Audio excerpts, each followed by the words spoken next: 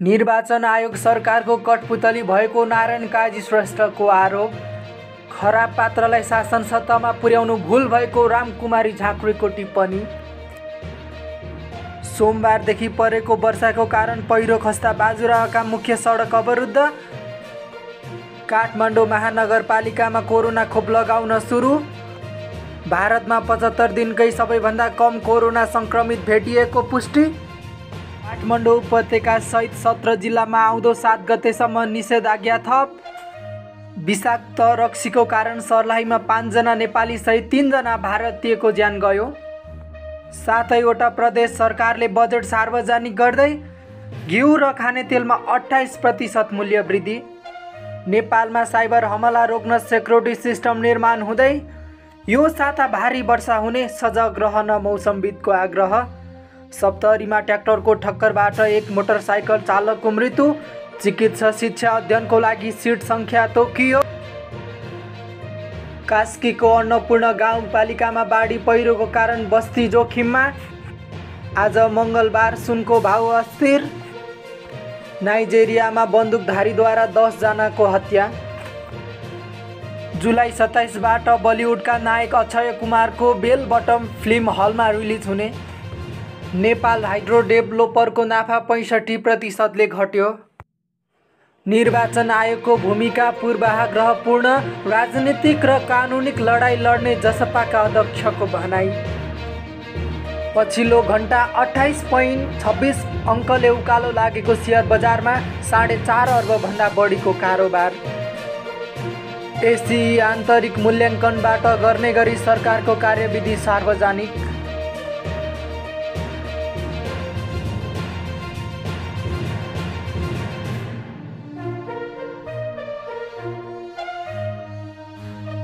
नेकपा माओवादी केन्द्रका प्रवक्ता नारायण काजी श्रेष्ठले निर्वाचन आयोगको सरकारको कठपुतली भएको आरोप लगाएका छन्। मङ्गलबार फेसबुकमा उनले निर्वाचन आयोगको सरकारको कठपुतली भई कानुन र लोकतन्त्रको धज्जी उडाउने काम गरिरहेका दाबी गरेका हुन्।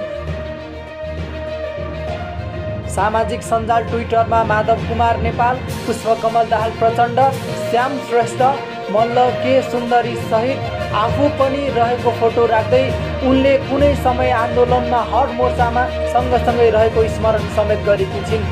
सपनामा थियो एउटा लोकतान्त्रिक व्यवस्था जहाँ सरकार जनताप्रति सधैँ जवाबदेही होस्। व्यवस्था परिवर्तनपछि खराब पात्रलाई शासन सत्तामा पुर्याउनु हाम्रो भुल भयो, झाँक्रीले लेखेका छिन्। सरकारले देशभित्र र विदेशबाट हुन सक्ने साइबर हमला रोक्न साइबर सेक्युरिटी सिस्टम निर्माण गर्ने भएको छ।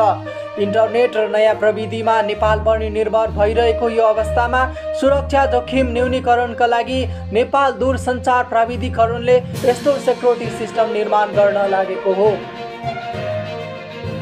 जल तथा मौसम पूर्वानुमान शाखाले नेपालमा मनसुन भित्रिएको यो साताभरि वर्षा हुन सक्ने भन्दै सचेत रहन आग्रह गरेका छन्। भारतको झारखण्डमा वर्षा गराउने न्यून चापीय प्रणालीको विकास भएको, त्यो नेपालको पश्चिमी भागमा सर्दै आएकाले नेपालको पश्चिमी भागमा भारी वर्षा हुन लागेको वरिष्ठ मौसमविद वरुण पौडेलले जानकारी दिनुभएको छ। यति बेला देशभर सामान्यदेखि पूर्ण बदली भई गण्डकी, लुम्बिनी र सुदूरपश्चिम प्रदेशका केही र बाँकी प्रदेशका थोरै स्थानहरूमा हल्कादेखि मध्यम वर्षा भइरहेका मौसम पूर्वानुमान शाखाले जनाएको छ। जनता समाजवादी पार्टी जसपाले निर्वाचन आयोगको भूमिका पूर्वाग्रहपूर्ण रहेको टिप्पणी गरेका छन्। जसपाका अध्यक्ष उपेन्द्र यादवले मङ्गलबार एक विज्ञप्ति जारी गर्दै आयोगको निर्णय विरुद्ध राजनीतिक र कानुनिक लडाईँ लड्ने बताएका छन्। आयोगको निर्णयमा राजनीतिक दलको बहुमतको निर्णय मान्य हुने, लोकतान्त्रिक मूल्य, मान्यता, विधि र पद्धतिको सम्पूर्ण रूपले अवज्ञा, अपेक्षा र तिरस्कार गरिएको यादवले बताएका छन्। सप्तरीमा ट्र्याक्टरको ठक्करबाट मोटरसाइकल चालकको मृत्यु भएको छ। ठक्करबाट मोटरसाइकल चालक खडक नगरपालिका 8 का 22 वर्षीय अनिल चौधरीको मृत्यु भएको प्रहरीले जानकारी दिएको छ। दुर्घटनाबाट घाइते भएका चौधरीलाई उपचारका लागि प्रहरीले सिराहाको लाहान अस्पतालमा पुर्याए, लगतै मृत्यु भएको सप्तरीका प्रहरीका प्रवक्ता माधव प्रसाद काफ्लेले जानकारी दिएका छन्। साताको तेस्रो दिन मङ्गलबार पहिलो घण्टामा परिसूचक 28.26 अङ्कले बढेर 3054.08 को बिन्दुमा पुगेको छ। आज 211 कम्पनीको सेयर बजारमा कारोबार भएको छ, जसमध्ये 91 कम्पनीको सेयर मूल्य बढेको छ भने कम्पनीको 80 सेयर मूल्य घटेको छ। 10 कम्पनीको मूल्य स्थिर रहेको छ। यस समयमा 211 कम्पनीको 82,84,579 किता सेयर 4 खर्ब 81 करोड 21 लाख रुपैयाँ बराबरको कारोबार भइरहेको छ। चिकित्सा शिक्षा आयोगले शैक्षिक वर्ष 77-78 का लागि चिकित्सा शिक्षा अन्तर्गतका विभिन्न विधाहरूमा अध्ययनका लागि सिट सङ्ख्या निर्धारण गरेको छ। आयोगले कार्यकारी समितिको जेठ 19 र 31 गतेको निर्णय अनुसार देशभरका मेडिकल कलेजलाई विद्यार्थी सिट सङ्ख्या निर्धारण गरेको हो। आयोगले चिकित्सा शिक्षा सम्बन्धी पढाइ हुने 76 कलेजको लागि विभिन्न विधामा 7,931 सिट सङ्ख्या तोकेको छ। एसीई आन्तरिक मूल्याङ्कनबाट गर्ने गरी सरकारको कार्यविधि सार्वजनिक भएको छ। राष्ट्रिय परीक्षा बोर्डले सार्वजनिक गरेको कार्यविधिमा कुनै विषयमा 80% भन्दा बढी प्राप्ताङ्क दिएमा अनिवार्य कारण खुलाउनु पर्ने व्यवस्था गरिएको छ। शिक्षकहरूले बढाइ चढाइ अङ्क दिने प्रवृत्तिलाई रोक्न केही कसिलो प्रावधान राखिएको बोर्डले जनाएको छ। विद्यार्थीको मूल्याङ्कन गर्दा विद्यालयले सञ्चालन गरेको कक्षा 10 को इकाइ, त्रैमासिक, अर्धवार्षिक र अन्तिम परीक्षाको प्राप्त गरेको प्राप्ताङ्कहरू र विषय शिक्षकद्वारा कक्षामा गरिएको निर्णयात्मक मूल्याङ्कनको आधारमा अङ्क दिने व्यवस्था गरिएको छ। विद्यार्थीहरूको प्रयोगात्मक प्राप्ताङ्क चढाउँदा सम्बन्धित विद्यालयहरूले यस अगाडि नै प्रयोगात्मक परीक्षा सञ्चालन गरी शिक्षा विकास तथा समन्वय निकायमा पठाएको विवरण अनुसार अङ्क चढाउनु पर्नेछ। प्रयोगात्मक अभ्यास हुने विषयतर्फ विद्यालयले यसअघि सञ्चालन गरेको परीक्षाको आधारमा 55% अङ्क प्रदान गर्नेछ। 20% पूर्णाङ्कमा विषय शिक्षकको मूल्याङ्कन गर्नेछन्। प्रयोगात्मक अभ्यास नहुने विषयमा भने विद्यालयले लिएको परीक्षाको आधारमा 75% अङ्क दिन पाउनेछन्। कक्षा सहभागिता, कक्षा कार्य, परियोजना कार्य, गृह कार्य, सामुदायिक कार्य, अतिरिक्त क्रियाकलाप प्रस्तुतिकरण, सामूहिक क्रियाकलाप प्रस्तुतिकरण, सामूहिक कार्य, लिखित तथा मौखिक इकाइ परीक्षाहरू आदिको विद्यालयमा भएको रेकर्ड वा अभिलेखको आधारमा विषय शिक्षकले निर्णयात्मक मूल्याङ्कन गरी प्राप्ताङ्क विवरण तयार गरी प्रधानाध्यापकलाई पेश गर्नुपर्ने कार्यविधिमा उल्लेख गरिएको छ। असार अन्तिमसम्म सबै जिल्लाबाट अभिलेख आए त्यसको 15 दिनभित्र एसीईको अन्तिम नतिजा प्रकाशन गर्ने र प्रमाणपत्र जारी लगायतको काम गर्न सकिने बोर्डले जनाएको छ। कोरोनाको कारण गएको जेठ 13 गतेदेखि सञ्चालन हुने भनिएको एसीई स्थगित भएको थियो। नेपाल हाइड्रो डेभलोपर लिमिटेडको चालु आबको तेस्रो त्रैमासिक वित्तीय विवरण मङ्गलबार सार्वजनिक गरेको छ। उक्त वित्तीय विवरण अनुसार कम्पनीको नाफा गत आबको तेस्रो त्रैमासको तुलनामा चालु आबको सोही अवधिक 65% घटेको छ। गत आबमा रु 3 करोड 22 लाख नाफा कमाएको उक्त कम्पनीको नाफा चालु आबमा रु 1 करोड 12 लाख 61 हजार सीमित भएको हो। सर्लाहीमा विषाक्त जाँड रक्सी खाँदा 8 जनाको ज्यान गएको आशंका गरिएको छ।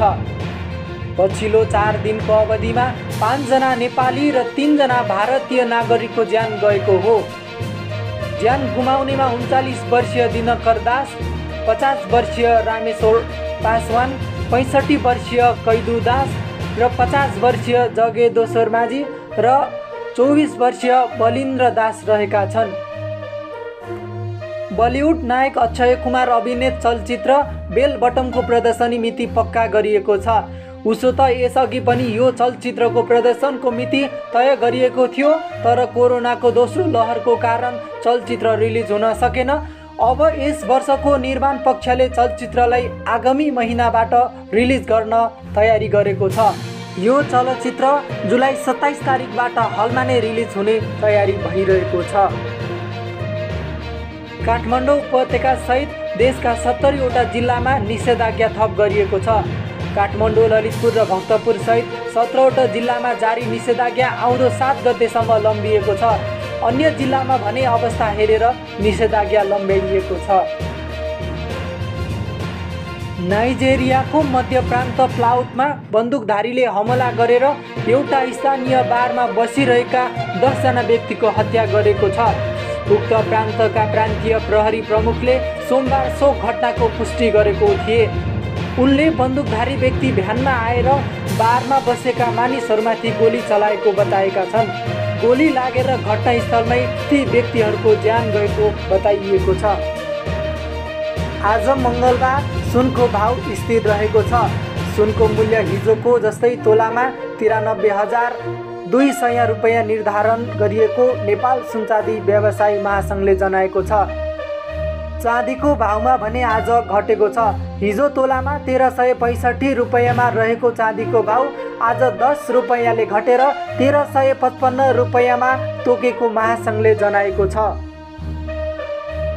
काठमाडौँ महानगरपालिकाले कोभिड-19 विरुद्ध भेरोसेल खोप लगाउन पूर्ण सुरु गरेको छ।